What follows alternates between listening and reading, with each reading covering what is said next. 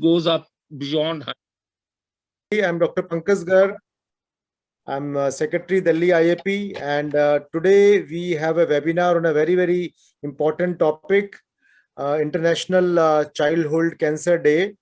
I came to know that there's a World Cancer Day which is held on 4th Feb, and there's a separate International Child Cancer Day which is celebrated today, 15th of Feb. So I'm thankful to Dr. Prashant Seth who could arrange this webinar for us with the help of Dr. Gauri, Dr. Sandeep, Dr. Anupam, and Dr. Dharma. So I will like to start the proceeding by inviting chairpersons for the session, Dr. Anupam Sachdeva.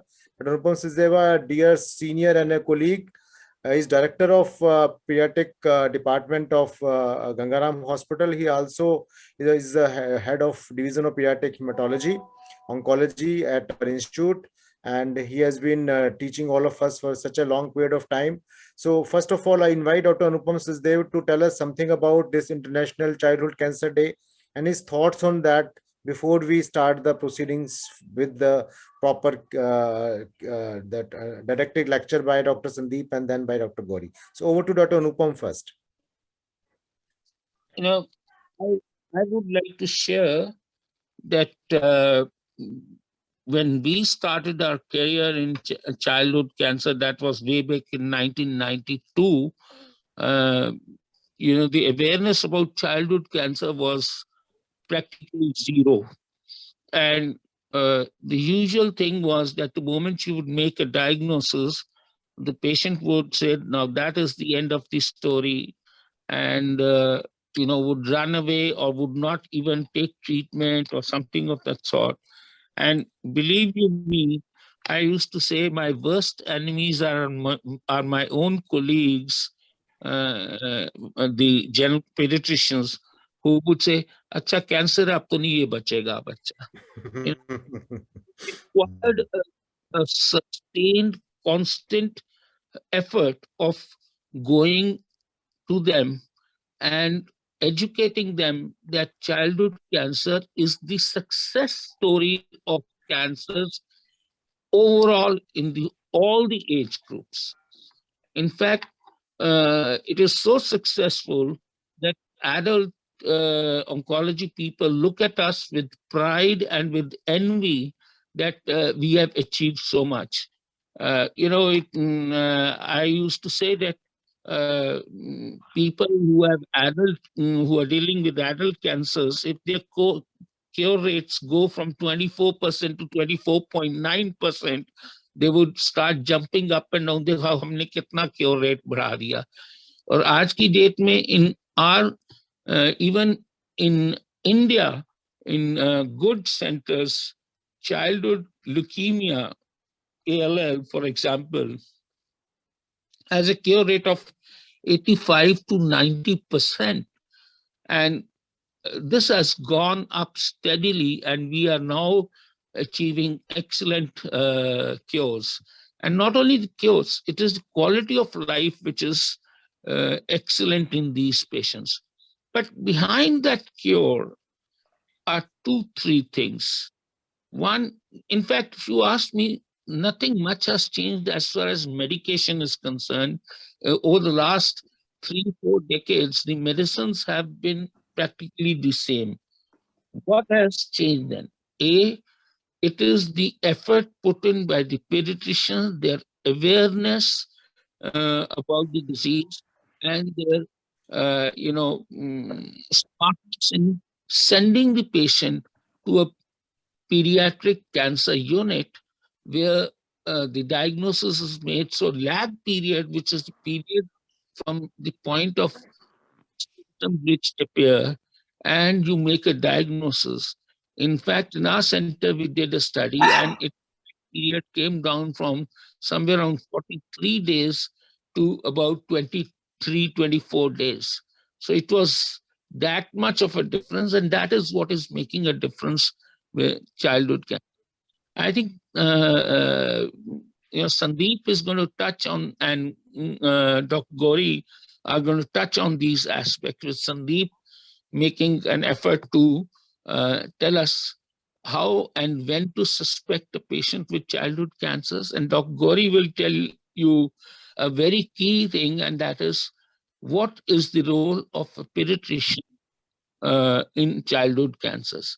If you ask me, the pediatrician is the pivot around which the management of childhood cancer arises, from the diagnosis to actual management, then post-management, post-cure, the care of the patient in their own states.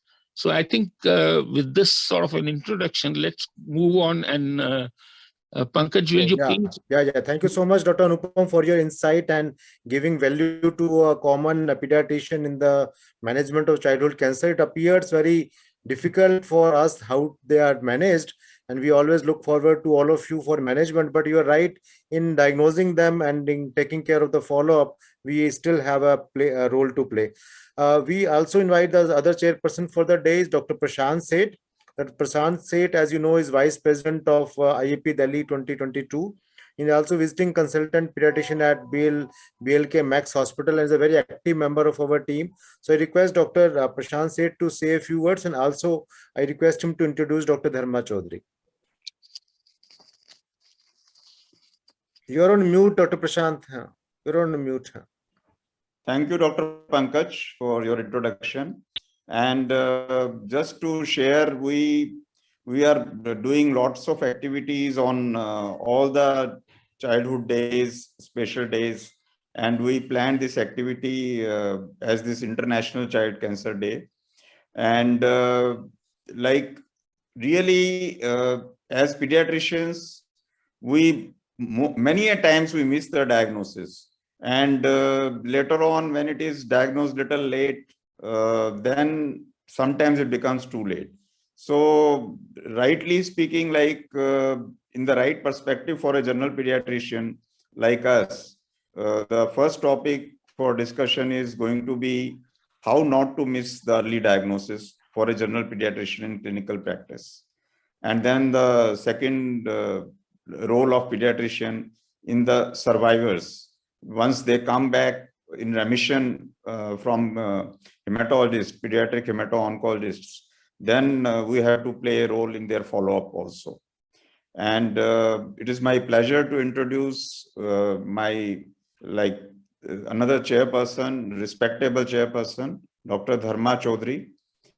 He is well known in the field of clinical hematology, and he is senior director and head of the Center for BMT at BLK Max Hospital.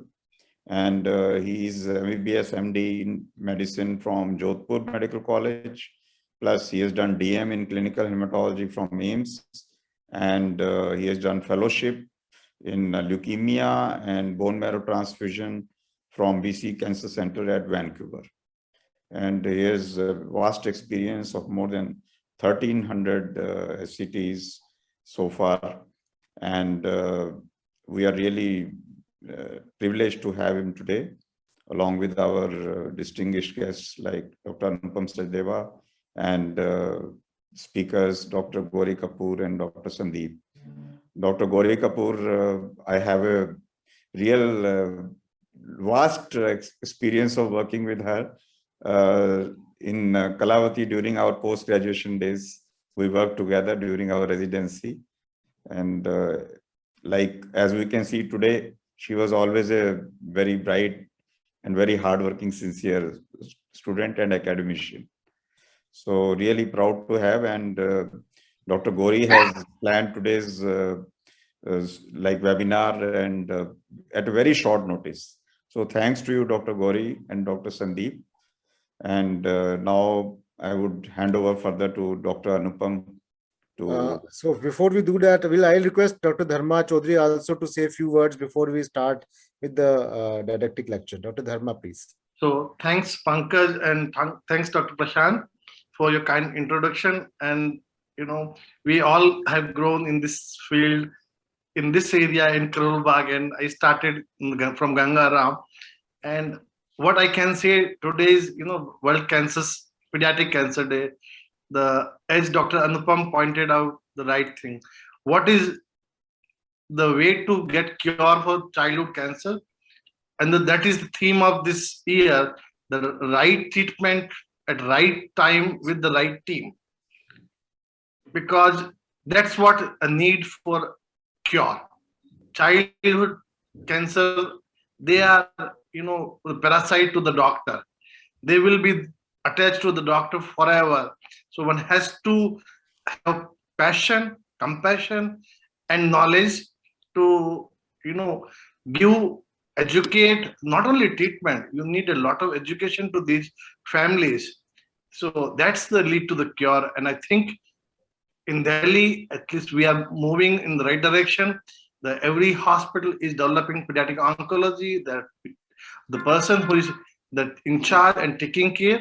And what I can say over the last 15 years, even as an internist, because in those days we are hematologists trained for pediatric and adult, and thalassemia was my keen topic from my MD days. We have more than 300 cell transplant. I think right team, right attitude will lead to the cure. And with that, I think I will invite the chairperson to introduce the speaker, and we can move forward. Thank you. So let me do that honor. Dr. Sandeep Jain is our first speaker. Dr. Sandeep Jain is Senior Consultant Pediatric Hematologist Oncologist at Rajiv Gandhi Cancer Institute and Research Center. He's a dynamic young person, and we look forward to many years of working together with Dr. Sandeep. And as discussed, his topic is childhood cancer, how not to miss early diagnosis. So it's over to Dr. Sandeep, please. Thank you, Dr. Pankaj, for kind introduction. Can you see my slides? Yeah, everything is good, and your voice is also very clear. You can go ahead. Okay. At the outset, I'm really thankful to Delhi IAP and all the dignitaries to give me this opportunity to interact with all of you. I also appreciate the effort of Delhi IAP to honor this International Childhood Cancer Day, which is aimed at increasing awareness about cancer in children. So as far as treatment of childhood cancer is concerned, we have come a long way in last 2 decades. It is no longer a death warrant, and 80% of the children with cancer can now be cured. I remember when I joined Rajiv Gandhi Cancer Institute in 2007, there were very few pediatric oncologists and very few centers who were treating children with cancer. But it is really very heartening to see now that more than, in Delhi NCR only, more than 10 centers are there which are treating childhood cancer. And they are approaching the cure rates of 70 to 80% like in any developed country. But there still is a long gap where we are not able to diagnose the children in time and appropriate treatment is given to them. So this webinar is basically an attempt to actually fill that gap and to facilitate the early diagnosis of childhood cancer so that appropriate treatment can be given to them, and because it is the most important thing which determines the success of childhood cancer. So with this background, I will start my presentation. So childhood cancer is not a common disease. In fact, it accounts for just 3% of global cancer burden. If we look at it in India, around 50,000 new cancer cases are diagnosed in children. But what is more important, that only 1/10 of these get complete treatment. So 90% of the children still are not able to get complete treatment for whatever reason. In children, the acute leukemia is the most common cancer, and it accounts for around 1/3 of all childhood cancer. Of this, ALL is the most common, and it accounts for 3/4 of all cases. So now if we look at this graph, in 1960s, the outcome of childhood ALL was just 5%. But in today's time, it has reached to the 90%. And as Dr. Anupam also told, you will be surprised to know that there is hardly any new medicine that we have discovered in last 2-3 decades in the management of childhood ALL. Still, we have reached such a remarkable, impressive outcome. And this has been possible because of better understanding of the biology of the disease, improvement in the supportive care infrastructure, accurate risk stratification, and some development in the bone marrow transplant also. However, if we see in India, this kind of results are not replicated. And despite using the similar time-tested protocol. So why is it so? So there are various challenges in our setting. The most important is delay in diagnosis, which actually leads to higher burden of disease at the time of diagnosis. thereby leading to more complication, not only at the time of diagnosis, but during the treatment also, and thereby resulting in more mortality. On top of it, we don't have enough pediatric oncologists and specialized center to support these intensive treatment. Many patients have actually believe in the alternative medicine, which has hardly cure for this dreaded disease. And like in any chronic disease, the treatment of childhood cancer is also very expensive, and financial implications are definitely a deterrent in achieving successful outcome. But what we will discuss today is like how can we prevent delay in diagnosis, which is so important, so crucial for good outcome. So diagnosis of childhood cancer and especially acute lymphoblastic leukemia is not very difficult in most of the cases. In fact, in 60-70% cases, the diagnosis is very straightforward. Like in this typical case, this is a 4-year-old child who presented with fever for 4 months, had cervical lymph node. On examination, he had liver of 5 centimeters, spleen of 4 centimeters. A CBC was ordered. And on CBC, hemoglobin was 6, WBC was 1.2 lakh, and 90% were blast. So it is very clear that child has acute leukemia, and there is nothing that requires rocket science to diagnose it. Bone marrow aspiration confirmed the diagnosis of ALL. However, in 15 to 20% of the cases, the findings may not be that clear-cut. And there lies importance of good history, good clinical examination, so as not to miss the underlying leukemia. Like in this case, this is 10-year-old girl who presented to local doctor with history of petechiae, bruises, and epistaxis. She had low-grade fever and coryza a week before. A child was quite well. There was no lymphadenopathy, no hepatosplenomegaly. A CBC was done, which revealed a hemoglobin of 9, WBC of 4100, and a platelet count of 20,000. A diagnosis of ITP was made, and child was started on oral steroid. As expected, the bleeding stopped, child started eating well, became very well, and did not go back to physician. Then 3 weeks later, the same child came with high-grade fever and bleeding from the nose.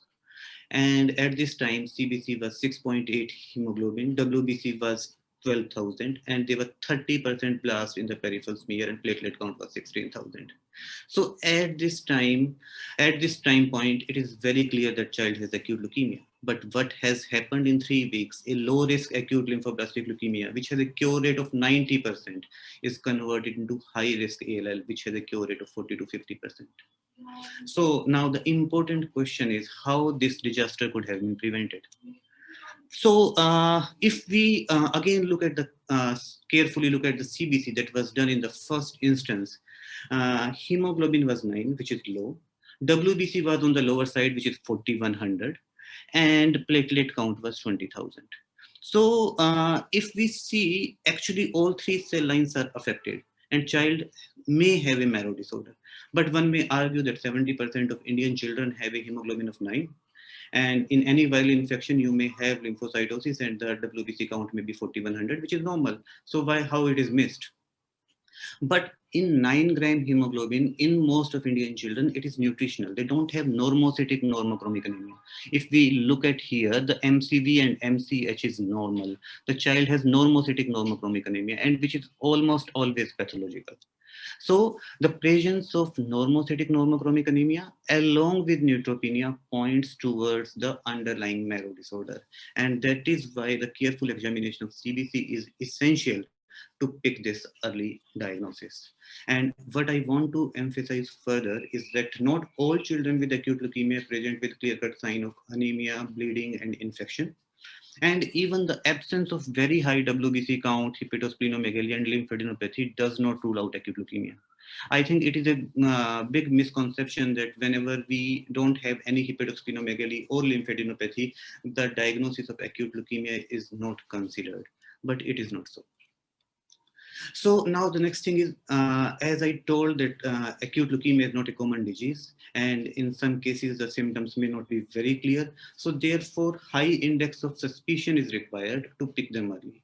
So any fever which is lasting for more than 10 days, which does not have clear-cut focus and is not responding to antibiotic, one should consider the possibility of underlying leukemia. Then this PUO, which is associated with the bony pain and sternal tenderness, consider marrow disorder. Sometimes these bony pains are attributed to vitamin D and calcium, and the patient keep on getting calcium and vitamin D without relief. Then anemia, which is not responding to hematinics despite adequate trial of iron and folic acid, or rapid drop in hemoglobin. This is very important. Suppose the patient had a hemoglobin of 10, it drops down to 6 in 6 weeks of time, and especially in absence of any bleeding and hemolysis, think of marrow disorder.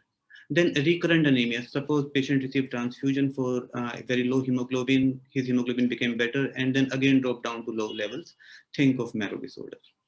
Then any fever with hepatosplenomegaly and petechiae, marrow disorder again should be considered.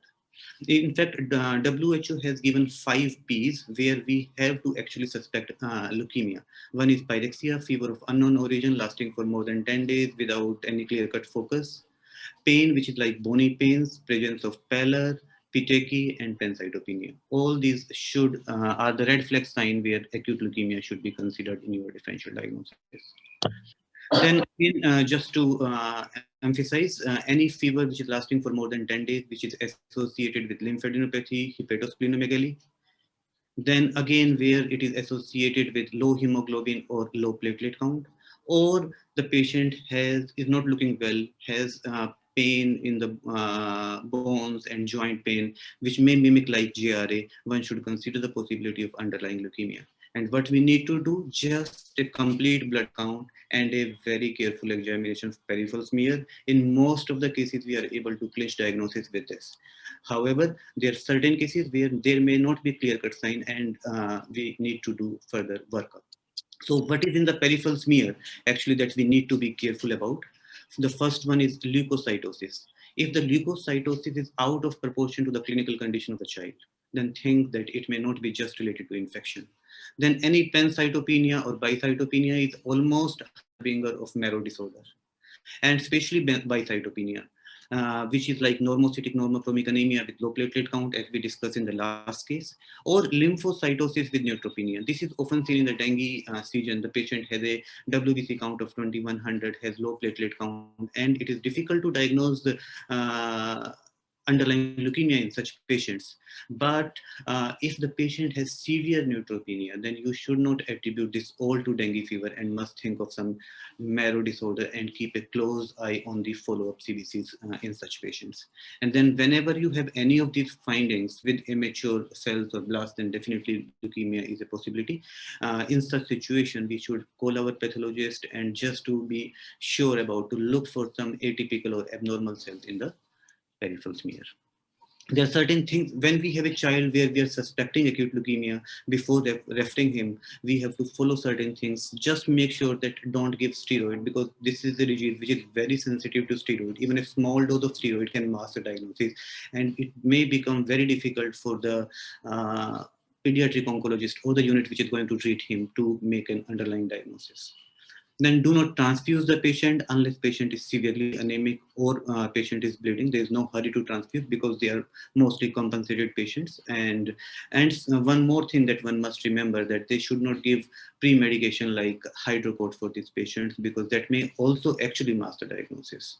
Do start antibiotic if there is an infection, and avoid doing a bone marrow aspirate to confirm the diagnosis.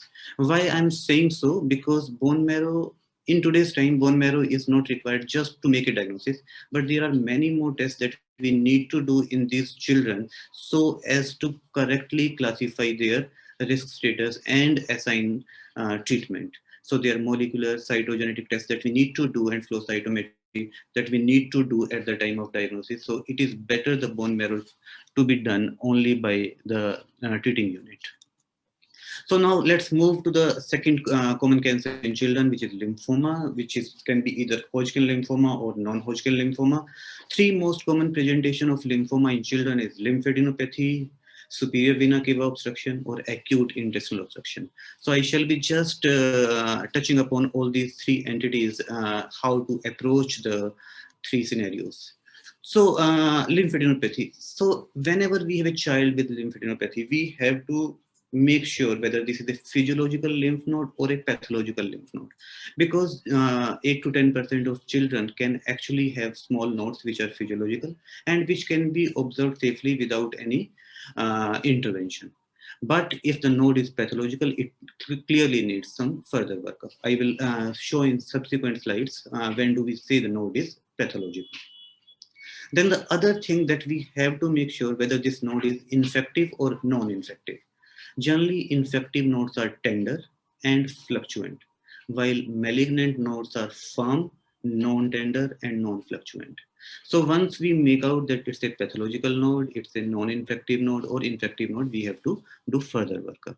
Now, when do we consider lymph nodes to be pathological? So any cervical lymph node which is more than 1 centimeter or inguinal node more than 1.5 centimeter is considered pathological. Then if the nodes are progressively increasing in 3 to 4 weeks or are persisting beyond 2, 4, 6 weeks despite their borderline size, they may be pathological. Then there are certain sites which are always pathological, like supraclavicular lymph node or mediastinal lymph node. Then the nodes which are not going away with the proper course of antibiotic or anti-tubercular treatment, you should think of underlying other process. So in fact, we did a study in last few years where we have seen that in patients with Hodgkin lymphoma, this was a study for 400 patient multi-centric study, 40% of the children actually had received AKT before being diagnosed with Hodgkin lymphoma. So it is not very uncommon that the children receive empirical anti-tubercular treatment for just lymphadenopathy. So that should be avoided without making a diagnosis. So whenever we have a patient with lymphadenopathy, which is pathological, do a CBC and peripheral smear examination. If there's any sinister signs in the CBC like pancytopenia, lymphocytosis, or blast, then definitely bone marrow aspiration is required to confirm the underlying disorder. But if there's no features in the CBC and peripheral smear which is suggestive of marrow disorder, then in that case lymph node biopsy should be done and FNAC should be avoided, because it is not very uncommon to miss the diagnosis of FNAC, because especially in the Hodgkin's lymphoma, where the malignant matrix is just 5 to 10% of the whole lymph node, which can be missed on a FNAC. So second common presentation of lymphoma is acute intestinal obstruction, especially in the Burkitt's. So any young child who presents with intussusception and undergoes surgical intervention, a possibility of underlying lymphoma must be considered. And the most important thing is we should chase the histopathology report. In fact, 2 weeks back only, we have a child who had acute intestinal obstruction, was operated outside, did not chase the histopath report, then had intestinal obstruction again in 2 weeks. And when they chased the last report, it was Burkitt lymphoma. So always consider a possibility of lymphoma when child has acute intestinal obstruction, especially ileocecal region, and it is often can mimic with the tubercular findings also, because it is the same site where tubercular infection is also common. The third common manifestation of pediatric lymphoma is superior vena cava syndrome. So any child who presents with progressive cough with mediastinal widening on chest X-ray, a possibility of lymphoma should be considered. Again, because tuberculosis is very rampant and it may also present with lymphadenitis. So this is again sometimes mistaken as tuberculosis, and patient may get AKT with steroid, and steroid generally is quite effective in lymphoma. Also, child gets better and the diagnosis is missed. So do not start AKT with steroids without confirming a diagnosis of underlying tuberculosis if it is there. And sometimes this is a medical emergency and child may have severe distress, and at that time point the supportive care or stabilization of the child should go hand in hand to confirm the underlying diagnosis. There are few things that I would like to highlight in this. When a child has superior vena cava syndrome, the IV line should not be placed in the upper limb because of the superior vena cava obstruction, and we should try to make diagnosis with the least invasive method. because these children have high respiratory rate. Therefore, the sedation should be avoided, and especially general anesthesia should not be given to this, because once they lose their respiratory drive, it is very difficult to salvage them, because the obstruction is below the subcarinal level. So even if you intubate them, they won't be able to recover. So it should be like very meticulous, and intensive care team should be with you when you plan any procedure for a child who has superior vena cava obstruction. Now let's move to the second most common tumor which occur in children, and that is brain tumor. It is often underthought and therefore underdiagnosed unless the child becomes quite symptomatic. So WHO has given these 7 warning signs which we all should know so as to think of brain tumor in children. One is like morning headache, especially when it awakens a child from the sleep and associated with projectile vomiting. One should consider the possibility of brain tumor. Then if a child has frequent falls or has some balance issue, it may be because of infratentorial tumor, and especially medulloblastoma, which is common in children, and it may be a sign of underlying tumor. Then this is very interesting, the personality changes, just a regression of some milestones or drop in the eyes may be indicative of some frontal lobe tumors. So one should carefully examine these kids. The mother says that his performance is like totally deteriorating in last 6 months. Think of some brain tumor, possibility of brain tumor there. Then cortical and subcortical brain tumor may be associated with seizures. Any change in the vision, hearing, or speech may be a sign of brain tumor. And then again in small children, the hydrocephalus may be the initial manifestation of the brain tumor. So these are the 7 red flag signs that every pediatrician, every one of us should know so as not to miss the brain tumor. Now let's move to another common presentation of childhood tumor, which is like abdominal mass. So this is actually after first year of life, any abdominal mass in any child should be considered malignant unless and until proved otherwise. In children, 2 most common abdominal tumors are Wilms tumor and neuroblastoma. Wilms tumor patients are generally quite well looking, and it is often diagnosed incidentally while bathing a child or during a routine clinical visit where pediatrician notices a mass. While neuroblastoma kids are often sick and they have bone or bone marrow metastasis at the time of diagnosis. And a simple investigation like ultrasound abdomen can reveal diagnosis in most of the cases. Important thing is do not try to confirm the diagnosis, because a biopsy is required for confirmation, and sometimes doing a biopsy in a Wilms tumor can upstage the tumor if it is not done properly. And in a neuroblastoma child, a biopsy can actually cause complication because of the hypertensive crisis as a result of catecholamine release. So if you have a suspicion that the child has abdominal Wilms tumor or neuroblastoma, it is better to refer the child and let the treating unit plan the biopsy. Then this is another common tumor in children, retinoblastoma, and it has a very unique feature which is called leukocoria. And I think this is one which no pediatrician should miss, because early stage retinoblastoma, chances of salvaging the eye and life is close to 90%, while in late stage it drops down to 40 to 50%, very easy to pick up. In fact, unfortunately, in India, around 70% of the children with retinoblastoma present quite late, which is really unfortunate. So as a pediatrician, we should always check the red eye reflex in all the neonates before we discharge them. And for every subsequent visit, then when they come to us for immunization. This is a simple thing that should not be missed. It is not that leukocoria is always pathognomic for retinoblastoma. It may be because of congenital cataracts or some other coarse disease and retinal detachment. But a possibility of retinoblastoma should always be considered, and a simple investigation like ultrasound or BIT can give us a lot of information to differentiate these conditions. Then let's move to the adolescent age group, where bone tumors are actually quite common. and often they are brought to the attention after minor trauma and some fever and swelling. Often a diagnosis of osteomyelitis is considered in this patient, but there may be underlying pathological bone which has led to the fall and has brought it to the attention. So this is always one thing one should think of possibility of bone sarcoma in a child, especially around the knee where there is swelling and there are no not much inflammatory signs. A simple investigation like X-ray can reveal diagnosis in most of the cases, but in many cases the symptoms may overlap where it is difficult to differentiate the bone tumor from osteomyelitis. So what is needed is to confirm the diagnosis, a biopsy.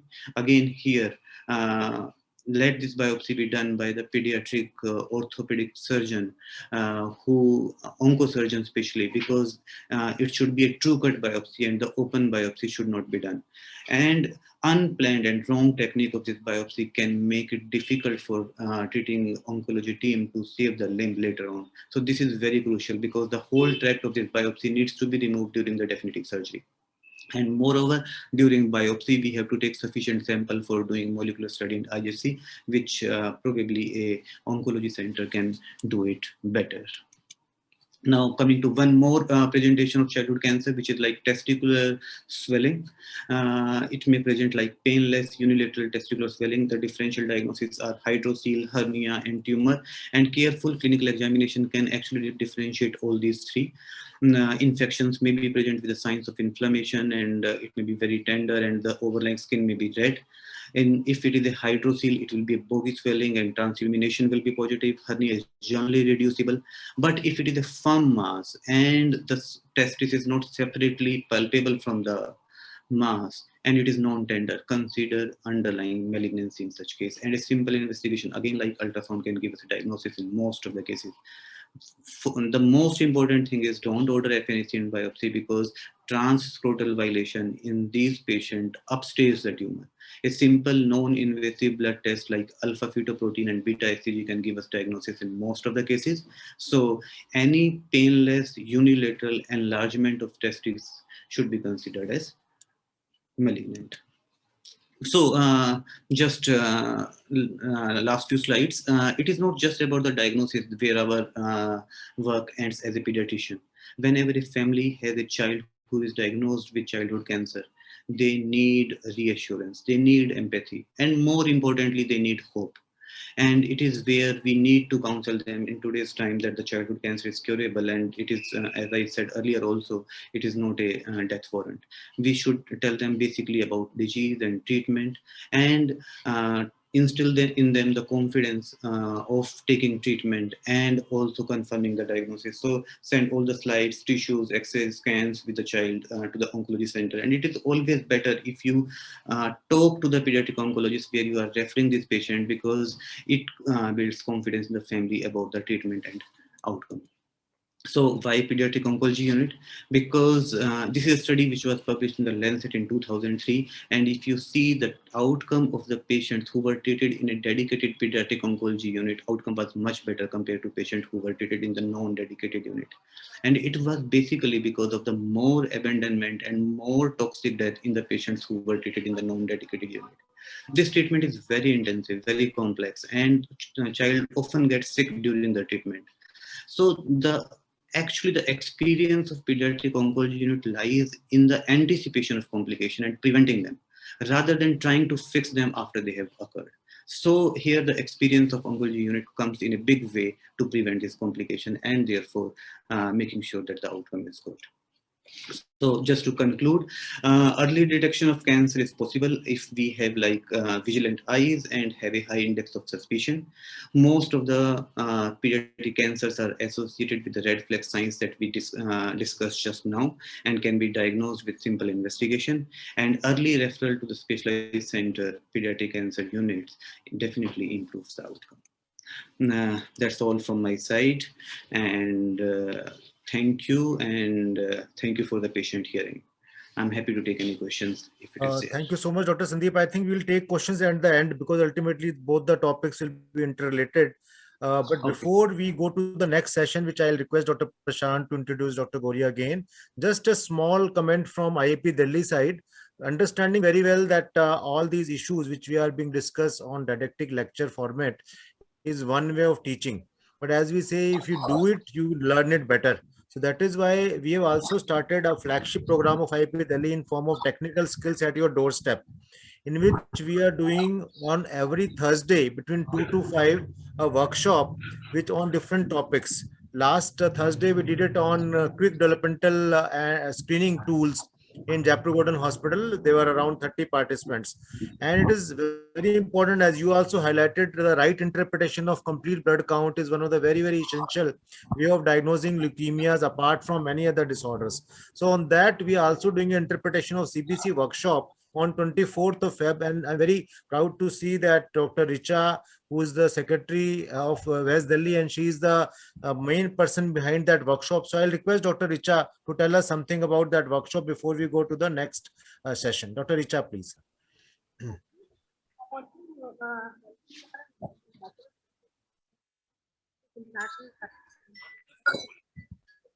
Efforts of all the medical oncologists and pediatric oncologists for their consistent efforts on this. As far as the workshop goes, IIP Delhi is in collaboration with IIP West Delhi is organizing a workshop on this 24th February, and this is between 2 to 5 p.m. at Genesis Hospital, Janakpuri. And we already had I had actually introduced the link yesterday, and we already have half of the registrations done. And we are very fortunate to have Dr. Anupam Sachdev and my mentor and pioneer in this field to be the star trainers, and Dr. Manas Kalra, who would be the star trainers to pediatricians and on this workshop day on 24th Feb. And it is free for the Delhi IIP members, and if there is a non-DIP member, then he has to pay an amount of 500. And the lunch will be there from 1 to 1:30, and we'll start the workshop by 2 o'clock. So I request that anybody who's interested to please get registered as soon as possible, and especially after hearing this first lecture, wonderful presentation by Dr. Sandeep Jain. I feel it's all the more important that we revise the CBC topic. It's very close to my heart and very close and very important topic, which is to be, I think, which needs revision every time, and every pediatrician needs to see CBCs. So I welcome you all. IP West Delhi team welcome each and every candidate who will be joining. Thank you so much, Dr. Richa, for all that wide information on this topic. So we are really look forward to all these workshops, which is going to happen on every Thursday between 2 to 5 in one part of the city. And there are different topics which we are selecting. So I'll welcome all of you to give us more insights into other topics also. So with that, I hand over to Dr. Prashant Seth to introduce Dr. Gori and our session. Dr. Prashant. Thank you, Dr. Pankaj. It's really my pleasure to introduce Dr. Gori Kapoor. As I already mentioned, like I have already had the privilege of working with her during residency days. And after doing MD from Kalavati, she did her training in hematology, hemato-oncology from Tata Memorial. And she has also done a fellowship in USA. And after that, she's presently the director of pediatric hemato-oncology at Rajiv Gandhi Cancer Hospital, and also director of another branch center at Niti Bagh. And she's doing wonderful academic work as well as everything like regarding these presentations, and always helpful to us in the IAP daily programs. Over to you, Dr. Gori. Thank you, Dr. Prashant.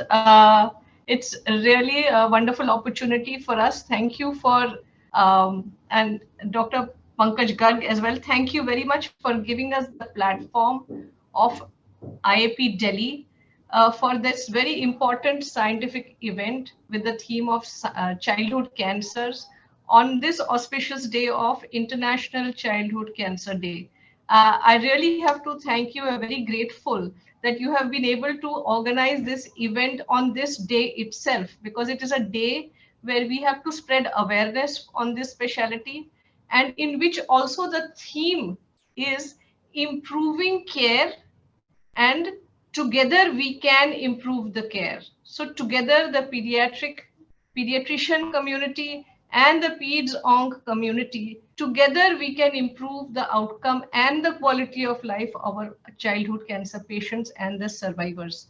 So once again, extremely privileged to have the honor to be on this digital IIP platform. And once again, Dr. Prashant said, whenever I meet you, I remember the wonderful times we used to have at Kalavati Saran Children's Hospital.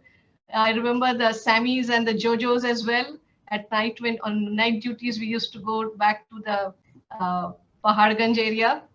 So those were really fun, carefree days. No pandemic, no masks. So with that, I also acknowledge our chairpersons for this session today. Dr. Anupam, it's great to see you. I hope you are well. And also Dr. Dharma and of course, Dr. Prashant. So with that, I will just share screen and I will share my slides for today's presentation.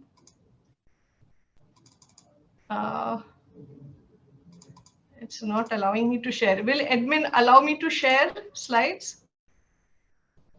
I'm getting Dr. Prashant on my share. Yeah. Okay, I'll just see if we can share.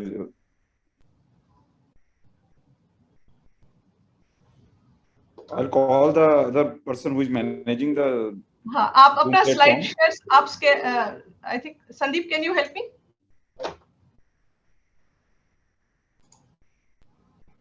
So it's not giving me the option.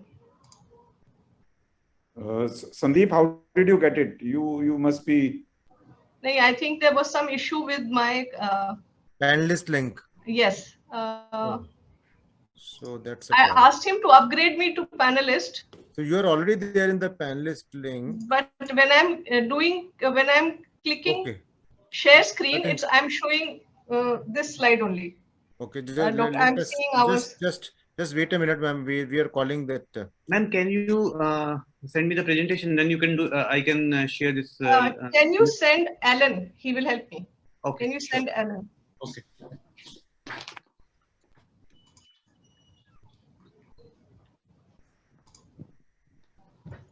Alan?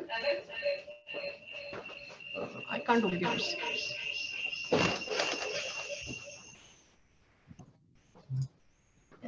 Share screen. This way. Share? That's not annoying. Share. It's coming, man. Just stay here. Now I will do new share. Yes, ma'am. Huh? Yes. Yeah. Chrome tab. Yes, ma'am. What? Share? Yeah, we could see it. Yeah. You can see the PPT? नहीं हमें हाँ अब आ गया ma'am अब आ गया आया क्या? Yeah, can you see? Yeah, we can see it, ma'am. Stay. Because yeah, it's there, ma'am. Beautiful. It's clearly seen. Okay, so as I said today, we have discussed about early diagnosis and the very important role and critical role of pediatricians, because unless the pediatricians will diagnose, the patients will not come for treatment. And the second thing is, once the intensive treatment is over, once the patient returns to the community, he needs follow-up care, because we know that there are late effects of childhood cancer treatment. Therefore, at that stage, once again, the pediatrician has to sort of be responsible for these children and their health. So today on International Childhood Cancer Day, I once again thank Delhi IIP and the office bearers for giving us the opportunity. So advances in oncotherapy and better supportive care have led to improved survival of childhood cancer. This graph here clearly shows that in the developed countries, in the past 2 decades, from the 70s to the 2000s, the survival gradually improved. And now, as you can see, since 2000, 2005, the survival is more than 80%. So true, this survival reflects survival in the US and Germany, the developed countries. But even in India, we are inching towards these survival rates with modern therapy. And depending on access, where the patient has access and where he takes treatment, because as you heard Dr. Dharma say, it is the right time, then the right diagnosis, by the right team that will give the cure. In India also, this cure rate ranges from 35 to varies. It's a large country, from 75 to 35%. So if we look at the burden of childhood cancer and vis-a-vis burden of survivors of childhood cancer, we can see here that globally about 3 to 4 lakh children are diagnosed every year between the ages of 0 to 14. And of these, approximately 50,000 occur in India. So with these cure rates, in the US, it is now estimated there are 500,000 survivors of childhood cancer, and a similar number is present in Germany. What about India? We really don't have figures on survivors of childhood cancer in India. But if we see 50,000 new cases every year, and even if a third to half of them survive, we will still have about 10-20,000 survivors being added to our population every year. So we'll have quite a number of survivors so large numbers are being added to our survivor population, who are gradually growing up into adolescents and adults. So why do we need to follow them? So they are cured. After 5 years, most of them will not relapse. And therefore, why do they need follow-up care? Why do they need surveillance? What do they need surveillance for? So studies on these survivors have revealed that they are at substantial risk of late and long-term adverse effects of the cancer and its therapy. And in fact, by about 30 years after the diagnosis of cancer, almost 4 out of 10 of these childhood cancer survivors will experience at least one serious late effect of treatment that will influence their health and their quality of life. Hence, there is a need for a systematic follow-up and surveillance plan for them. So what are these long-term and late effects? The long-term side effects are those complications of treatment that occur during therapy and persist even after treatment is over. So I will give you a couple of examples. If a child has an advanced retinoblastoma of one eye and it is enucleated, that is a long-term side effect which is going to persist lifelong. So also if someone had an amputation of the leg for a bone tumor, that would be a long-term side effect. On the other hand, what is a late effect? A late effect is that which appears months or years after the completion of treatment. For example, an endocrinopathy after radiation of the brain, or cardiac toxicity after anthracycline exposure. So this is just a graph to give you an idea about the burden of late effects amongst childhood cancer survivors. This is a study published in the New England Journal of Medicine as long ago as 2006. That means about 15 years ago. It's a childhood cancer survivor study on 10,396 survivors. These are self-reported outcomes, questionnaire based. And they found here that at 30 years after diagnosis, 3 decades after cancer diagnosis, 73% of them had at least one chronic condition, of which you can see here 40% had a severe disability. So that is huge. Recognition of these late effects has been a stimulus for changing the treatment for children with cancer. We know they get cured. Also, the data I just showed you pertains to treatment in the early 70s, 80s, and 90s, when treatment was just beginning to show cures. However, now with modification of treatment, with advances in therapy, with modern techniques in radiation and limb salvage surgery, and also modification in chemotherapy by being risk-response based and addition of immunotherapy, we have been able to reduce many of these late effects. And the next lot of publications is going to show us how these late effects have reduced. However, these children still do and will have late effects because some of the cancers do require strong treatment for cures. So can we predict these late effects? So to a certain extent, many of these late effects can be predicted because there are certain factors which influence who will experience the late effects and when they will experience them. And these are called risk factors. It depends on the histology of the cancer, on the site in the body where the cancer occurs, brain or leg or etc.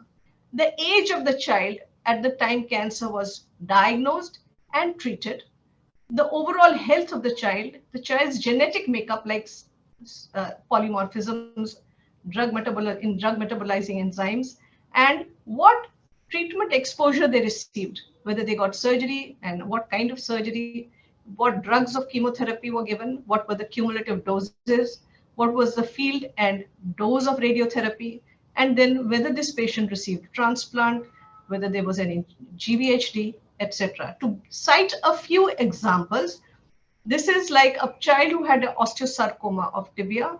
So it's a disease which is seen in the lower extremity. And in the old days, amputation was done for all patients, although now you can see here, they have got a prosthesis, but now also mega prosthesis in which a limb is spared. Limb sparing surgeries are being done, and therefore there will be fewer side effects. But this is what we call a long-term side effect. So also if this retinoblastoma was very advanced and the child got an enucleation, this would therefore be a long-term side effect.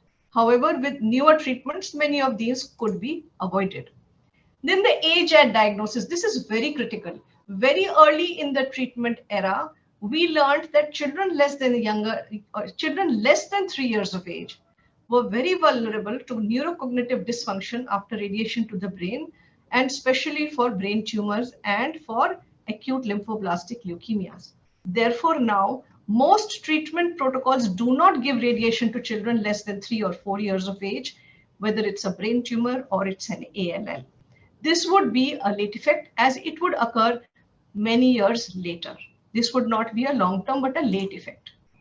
Then coming to the various chemotherapy agents, it is not only important to know which drug was used because each drug has a unique side effect, but also what was the cumulative dose of these drugs, because the cumulative dose determines the kind of late effect, and what was the time from exposure. To cite a few examples, we know that cisplatin can cause hearing loss with cumulative doses more than 200 milligrams per meter square.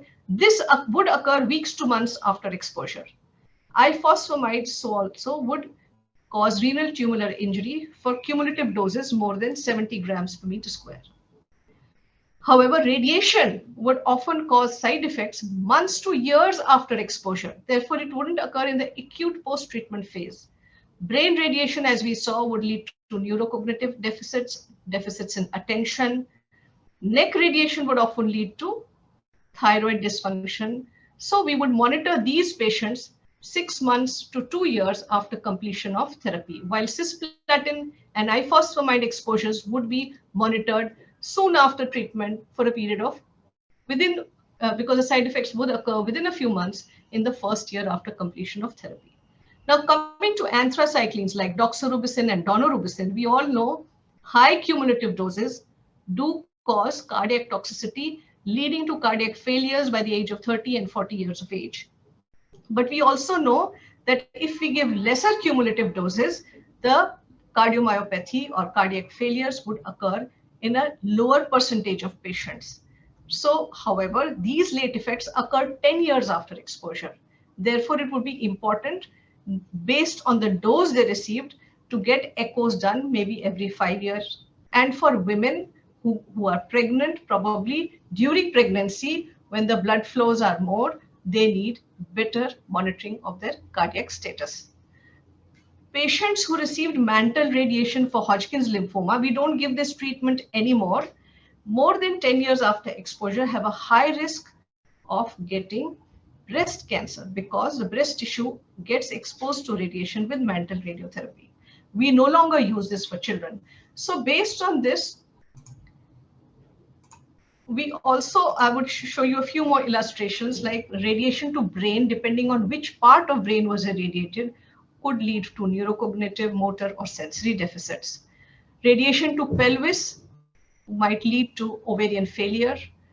Radiotherapy over the kidneys and lung would lead to renal problems with renal function, pulmonary interstitial fibrosis, etc., and neck radiation with problems with the thyroid function.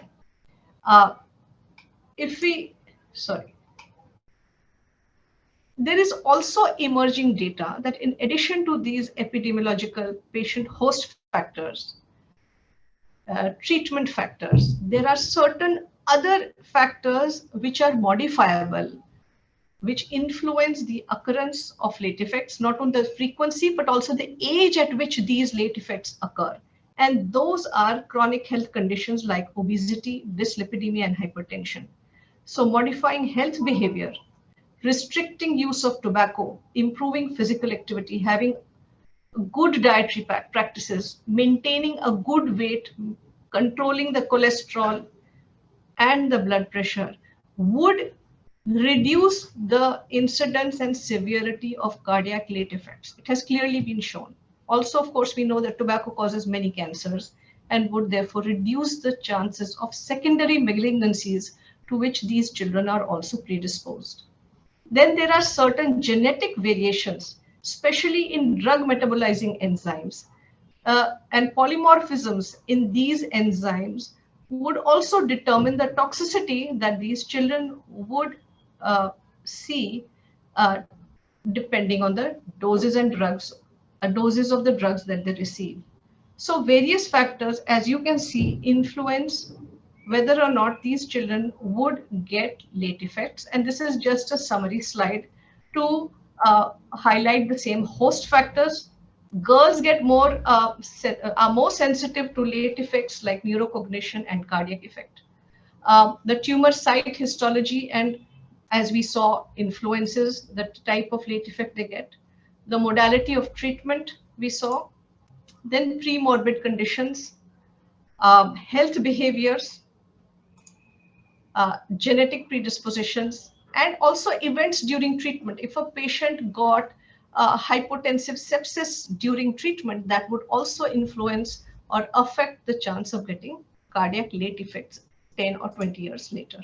And aging. Aging, we know, predisposes to metabolic syndrome, especially the Indian population. So keeping all of this in mind, it looks like these children have a very complex set of late effects which may occur.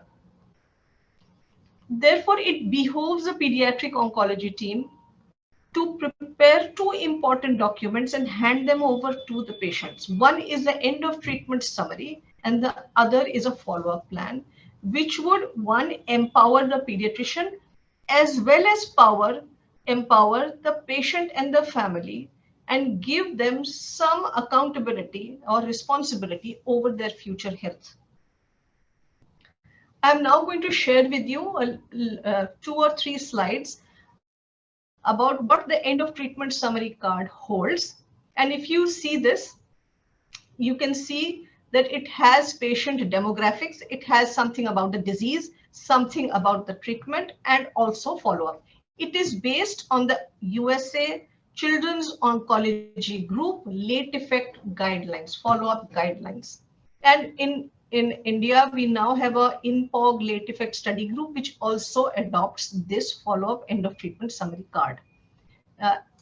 If you see here, the most important things we talked about was age, date of birth, sex. Then about the cancer, it has details on the cancer diagnosis, its subtype, stage, and protocol.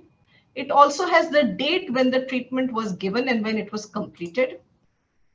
Then it has details about chemotherapy and the cumulative doses that were given to that patient, because this would give them an idea about what were the risks for them. For example, adriamycin exposures less than 100 per meter square would not require any cardiac follow-up. But somebody who got 350 or 450 milligrams per meter square, in addition got radiation to the mediastinum or chest, would be at very high risk for cardiac late effects. Then we have the treatment about the surgery. Where was the surgery? What was the site? What was the laterality? Which would give us some information about the functionality.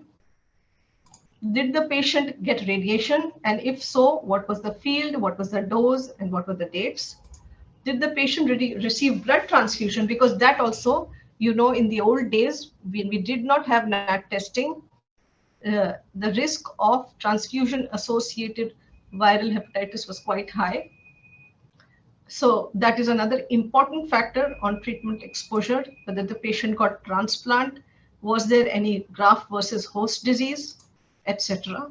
And then we have this follow-up care plan. Now this, I'm just giving you an example.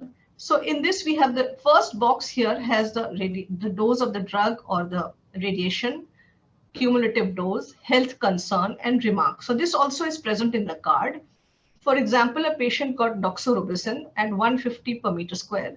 We know it causes cardiotoxicity, but the dose is so small, there was no radiation given to the mediastinum. So these all children would get an echo at baseline. Baseline means at 5 years from diagnosis and every 10 years if the echo remains normal. We also monitor here the growth, pubertal development, scholastic achievements, and other clinical problems if the patient had these. This card we are giving to every patient who is 2 years of therapy. Actually, we make it at the time of completion of therapy and then ensure that they carry it with them, because you often lose it if you give it immediately. So coming with that now, pediatric oncologists now believe that the concept of a truly cured child envisages not only a biological cure of disease, but a child on par with peers in growth and development physically, as well as in achievements and aspirations, both mentally and emotionally. So now, what is the role of the pediatrician? As we know, childhood cancer survivors were children. They were young children during their treatment. It was a stage when their bodies, their organs, were still developing. They were not yet mature. Therefore, many of these health problems or late effects, as we call them, emerge many years, sometimes few decades after the end of cancer treatment, at which time they are no longer under the care of the pediatric oncology specialists. Therefore, not only the pediatricians, but the general practitioners also are well placed to provide holistic care to these young and older survivors of childhood cancer. Some of the parameters that a pediatrician could very well manage would be one, the catch-up vaccination, which we usually write on their end of treatment card. Some of the vaccinations get missed out because the child was very young during treatment, and during chemotherapy treatment or transplantation, we do not vaccinate them because their immunity is so down-regulated that the vaccines don't work. Also, the live virus vaccines are a little risky because they may cause viremia in these children. So we make a chart for them on the catch-up vaccination, which they can very well take, which we encourage them to take with their community pediatrician. The other very important and critical thing is to monitor growth and development. And we always maintain this chart for all children. And as you can see here, this child was falling off the height chart. You can see the height velocity is falling off here. And this was a child who had a brain tumor. And therefore, this child would require evaluation in accordance with general guidelines for short stature, no doubt about it. However, if you knew that this child had a brain tumor, has had radiation to the brain, then would also, therefore, it would help streamline the treatment quickly, and you would know at a glance that this child needs further endocrine evaluation. Usually, most young children who have had exposure, high dose exposure to the brain would be on endocrine evaluation from their pediatric oncology clinics, ACT clinics, but many times they stop coming to us after the initial treatment for various reasons. They may be logistic, they live very far away. Often we guide them that they should meet a pediatric endocrinologist, but I think a pediatrician would be able to guide them better, because somehow our patients have a lot of faith in our pediatricians. They've grown up with the pediatrician and they have a lot of confidence in them. Therefore, I think, and they would be in the same city or same area, therefore would be in easy to access, and pediatricians could easily guide them further on this aspect. So I gave you only a couple of examples. There are many more, but this was just to give an idea that there are many things, simple things that the pediatrician in their day-to-day practice do anyway routinely. I will also share with you a slide in which I'll show you what we routinely do for our survivors. I would like to share this slide wherein there are some surveys, published surveys, which indicate that often the primary care physicians and the pediatricians are somewhat uncomfortable in dealing with survivors of lymphoma and leukemia. They often admit to being concerned about their own readiness to assume responsibility for follow-up care of survivors of childhood cancer. Often it is natural, but the survey also clearly indicated that 80% of them, more than 80%, did not receive the summary cards. Therefore, I think if you get a patient who does not have the card, just call the pediatric oncologist and ask for it. Because these days, many of us are now in this study of Indian Pediatric Oncology Group study, where all of us are following these guidelines. So if it has been missed, you can easily ask for it.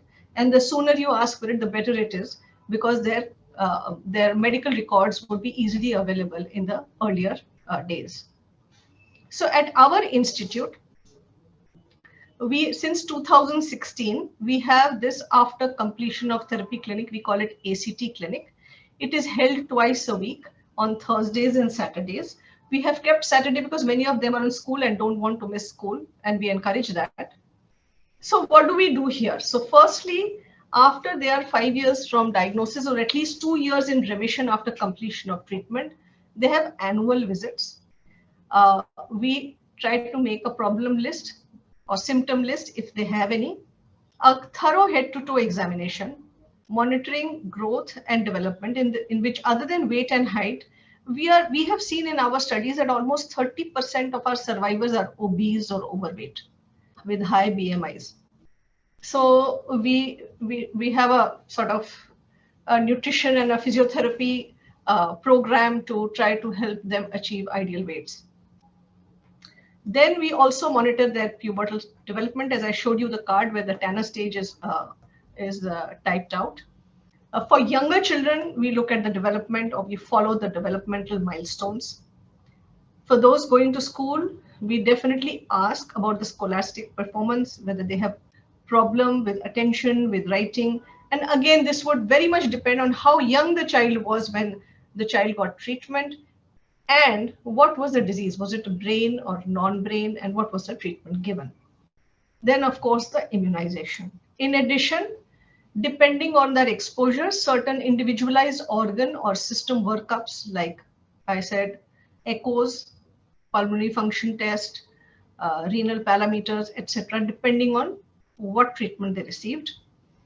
Then lifestyle counseling, like I said, we really spend a lot of time on counseling for weight, physical activity, exercise. And in the pandemic, last 2 years, this has become very important because most of them are sitting at home doing online classes. They don't have any time to go out. And of course, there are these restrictions as well. Tobacco is an absolute no-no for them. And then other things like safe sex and nutritious, healthy diet.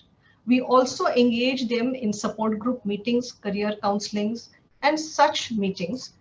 And this is, I'm just showing you, this is the card, this is the front page of the card I showed you previously. We have about 1,000 survivors, and about 60-70% of them are boys.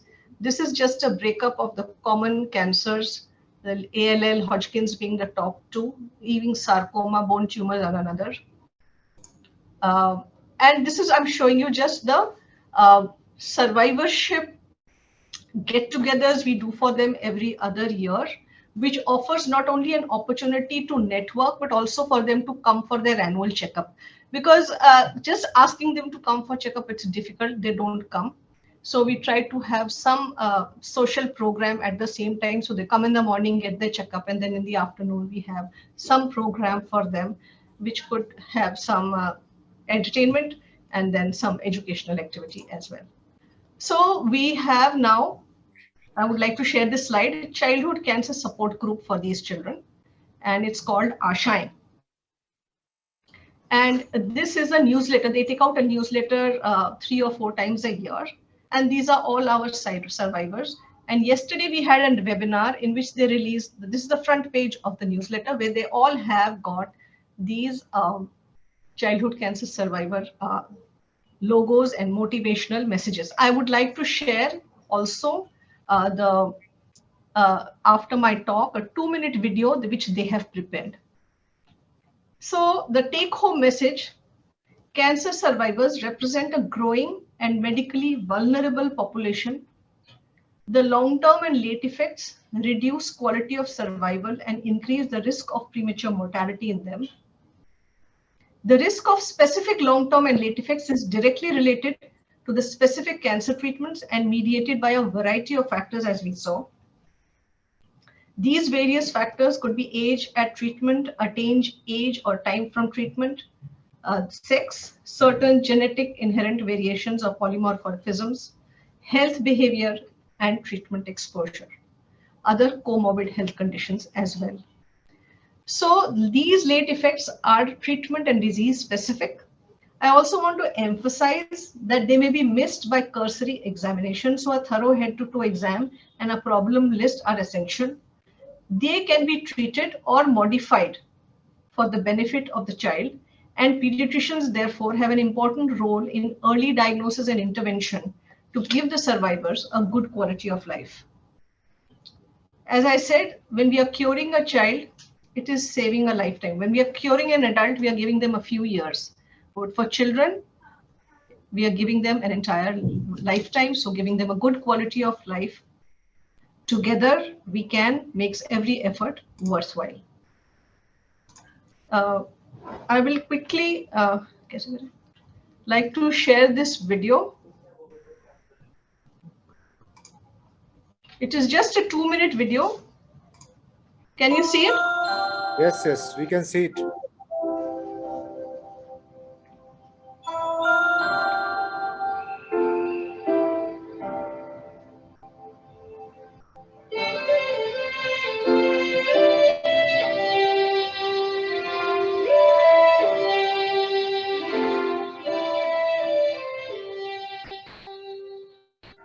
गम तो मुझको होगा, मैं रो लूंगा। दिल तो मेरा टूटेगा, समझ लूंगा। पर अपने अंदर रखूं ना कुछ भी, बात कर लूंगा। जो होता है तो हो जाए, हाँ झगड़ लूंगा। हो और हिम्मत ना कभी भी हारूंगा, मैं लड़ लूंगा।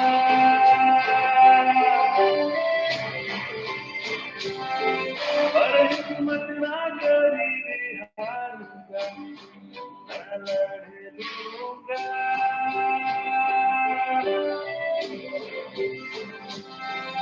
हालात से पीछे ना भागूंगा, मैं लड़ लूंगा।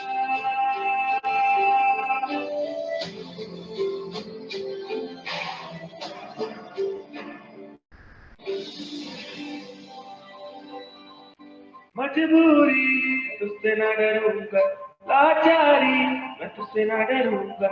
जो भी होगा जो भी होगा जो भी होगा लड़ लूंगा।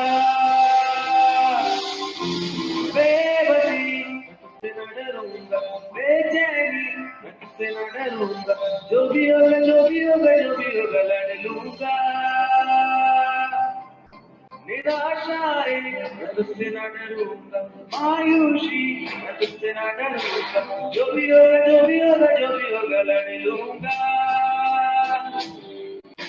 बेबसी मैं तुझसे ना डरूंगा, बेचैनी मैं तुझसे ना डरूंगा। जो भी होगा जो भी होगा जो भी होगा लड़ लूंगा। पर हिम्मत ना कभी भी हारूंगा, मैं लड़ लूंगा।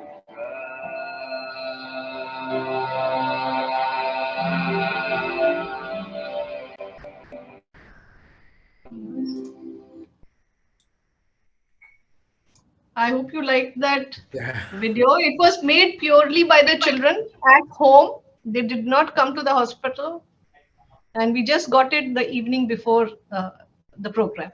So, ma'am, you can stop sharing so we can have some discussion now. So, thank you so much, Dr. Gauri. A technical question, because this is being recorded right now. Okay. And normally recordings go to our IEP YouTube as well as our website. So Okay. you have the permission of these children or their families? So these children have put it on their own in the social media. Okay. They have put themselves. Right. We have not prepared. They have Right. prepared.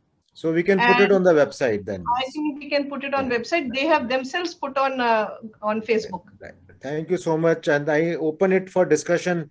Dr. Dharma, Dr. Anupam, any point you want to raise or discuss? Because there's only one doctor who has raised his hand, and we can take his question. So thank you, Dr. Gauri, for your very, very brilliant presentation. And I think the message that at the bottom you said, the child do not need just cure. They need to go to society, back to the normal life. They need to marry, they need to have family. So the just curing a disease for children is not that answer. And this, which is like we always say when we are doing transplant for thalassemia, like this thalassemia, just stopping transfusion is not the answer. They have to get the growth, fertility, marry children, and they live longer like all of us. I think that's a beautiful message for pediatric cancer. They should very well integrate said. into society, right? Integrate into society. That's true. Absolutely. Very well said, Dr. Dharma and Dr. Gauri. You have rightly pointed out, as we pediatricians often say, whether it is an asthma patient or any other chronic problem patient, that just treating the problem with medicines is not the cure actually. It is giving them all the things like we discussed, you discussed in your talk, their normal lifestyle, their schooling, their physical activities, and everything as a normal person's life should be. So wonderful.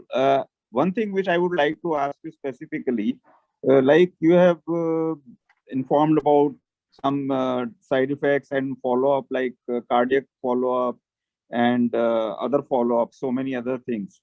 So, I mean, generally a pediatrician is not aware of these things. I mean, everyone is not hearing this talk and may not be aware of many things. So, like, just a suggestion, of course, you must be doing it, that all these children should be given instructions for their routine pediatrician, what all to be done. Yeah, that's what. Yes, I agree. We try to write in the follow-up card depending, because for each children, as you saw, it is unique. It is not common for all. So we try to write a list of the problems, and in fact, we are trying to give this suggestion. There are these international guidelines, and in those guidelines, they only say things like screen for second malignancy, screen for bone health, screen for heart problems. They make just like this. So I was trying to suggest to them, in developing country, we will say these things. They will be totally stressed out.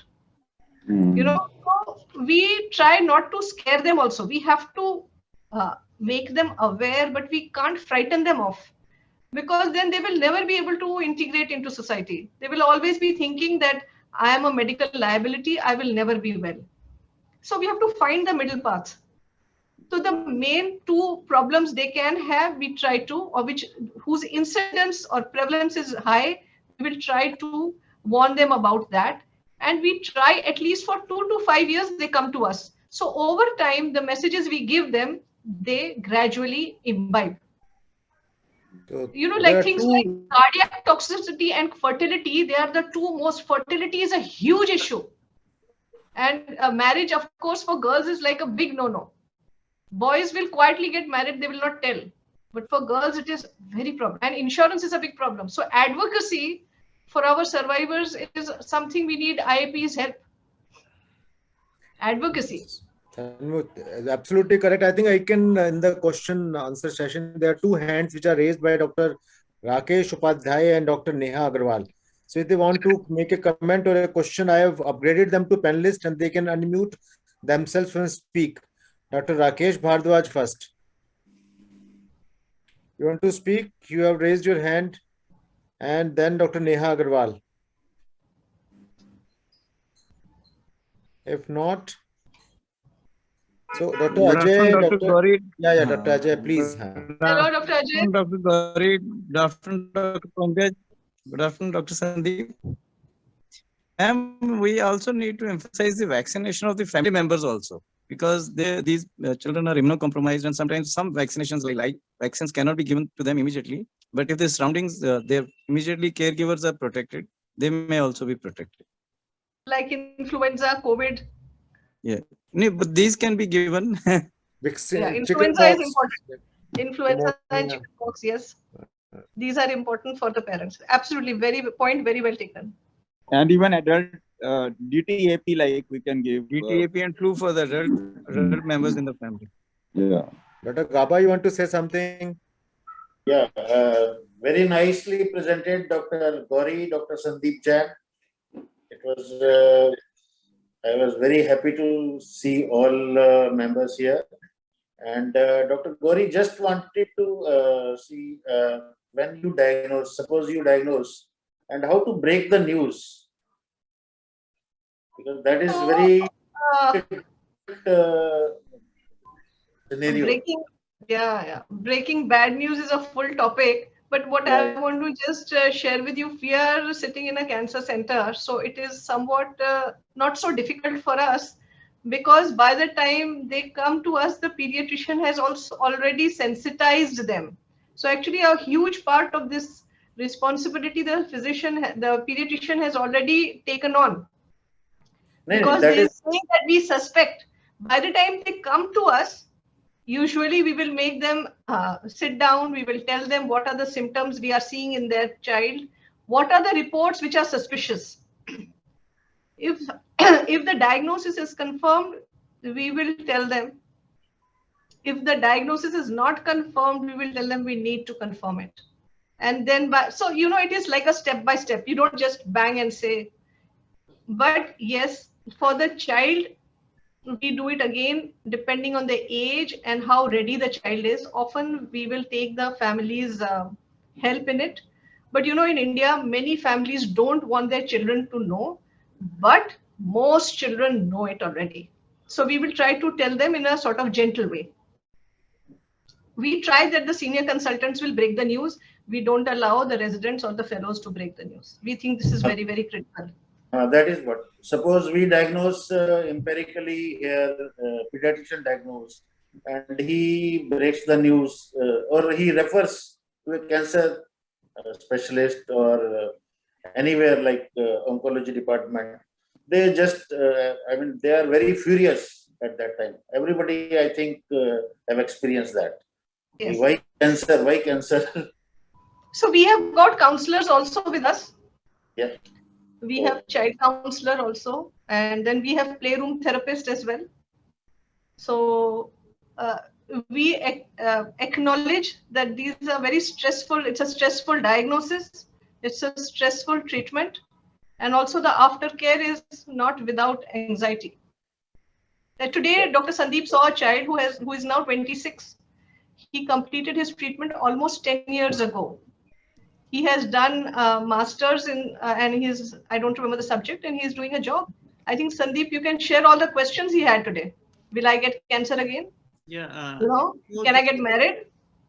Will I have children? With so many questions. So this was Ewing sarcoma child actually, who was treated in 2013, and he was like 16 at that time, and now he's like 26.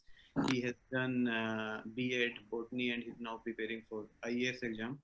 Actually, he came after 4 years. He did not came in the last 4 years. And why he came? He came कि मेरे को MRI करवाना है, अपने दूसरे हाथ का MRI करवाना है. और दूसरे हाथ का MRI क्यों करवाना है? कि मेरे को कभी-कभी इसमें पेन होता है और मेरे को लगता है कि इसमें कैंसर हो गया मेरे को. So that unknown fear is always there in them somehow. But had this child been coming every year, probably he must be carrying this burden for last 4, 5 years, 6 years. But it could easily have been allayed had he been coming every year. So we motivate them to come once in a year only. It is just to make them feel good about it, that everything is okay, to just reassure them, and just to pick up any medical condition that they otherwise may harbor because of the treatment. So his issue was he had a girlfriend and now he was planning to marry in next 1 year, and clearly he was very worried whether he will be able to produce children or not. That was his other worry. So Cutting the long story short means there are a lot of concerns beyond the therapy also, which as pediatrician we should be aware. I'm sure hemato-oncologists, they are all aware of all these issues because 26 year never reaches us anyway. So it's important that we are at least aware of this. So I was suggesting that this leaflet, this sort of the what you are saying, that as a follow-up card or something.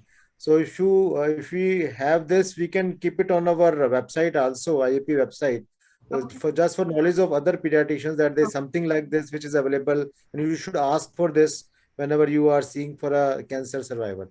So with this, I think we have done our most of the work. It's already 3:43. So I would like to have a last word from Dr. Anupam, if he's there, before we conclude today's session. And as Dr. Anupam is logging in, I just an announcement to make. Day after tomorrow, 17th is our monthly meeting day. This is going to be physical in RML Hospital. We have one case presentation and we have one lecture and 2 case presentations. Very interesting cases, neurological cases of double hemiplegia and uncommon cause of unconsciousness. So do come in physical form in RML Hospital day after tomorrow. So Dr. Mukesh, who's our joint secretary, is also joined us. Dr. Mukesh, you want to say something before we wind up for the day? Dr. Mukesh, you're on mute, Mukesh. Just wanted to thank Dr. Gauri Kapoor, Dr. Sandeep, Dr. Dharma Chaudhary for giving such wonderful scientific sessions, and thank you everyone for attending the sessions, and looking forward for support for all our academic programs in future. Thank you so much. I think with this, I'll take a leave. Dr. Prashant, thank you so much. This was your brainchild to do this day, and we have done well. They were at the peak of it. They were closer to 60 participants, including all of us, and most of people were logged in with their videos on also. So they were listening to the talk, good discussion. So from IAP Delhi, I sign off, thanking Dr. Gauri, Dr. Sandeep. Just, Dr. I would like to thank Sure. you for wonderful series of talks which we have planned in the IAP Delhi plan, and Dr. Gauri particularly for organizing at very short notice, and all the audience for joining and participating so actively. Really a wonderful program. Thank you very much. Thank you. Thank you. Okay. See you again soon in physical format at some point of time. Okay. Thank you. Bye. Okay. Bye-bye. Bye. Bye. Bye. Bye.